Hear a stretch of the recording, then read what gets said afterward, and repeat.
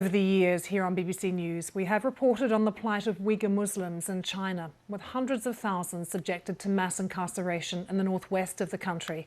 Now researchers say the Chinese authorities are pressuring Uyghurs living abroad to spy on human rights campaigners by threatening their families back home. Refugees and activists say the tactic is tearing communities apart.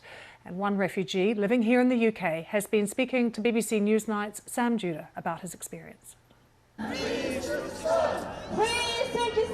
A demonstration outside the Foreign Office with a dark twist.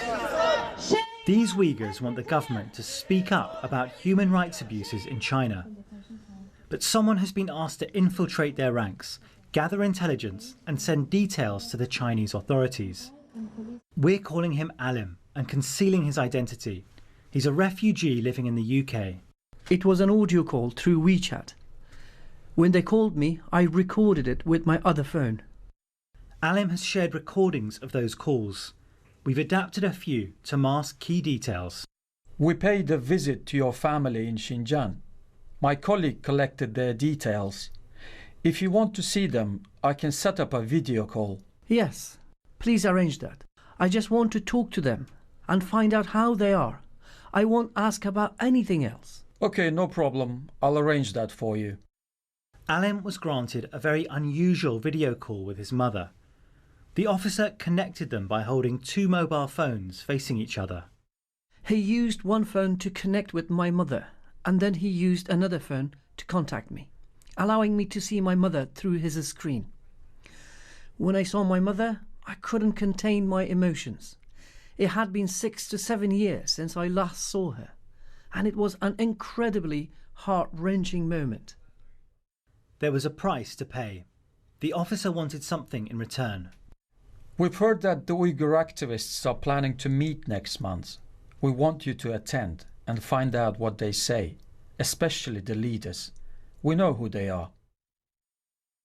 They took my family hostage, putting me through this ordeal. Even though I may appear fine on the outside, on the inside, I'm suffering. Actually, an official political manual. A report published this year says 2/3 of the 400 Uyghurs living in the UK have been approached directly by Chinese police and asked to inform on their peers, cease advocacy work or stop speaking to the media.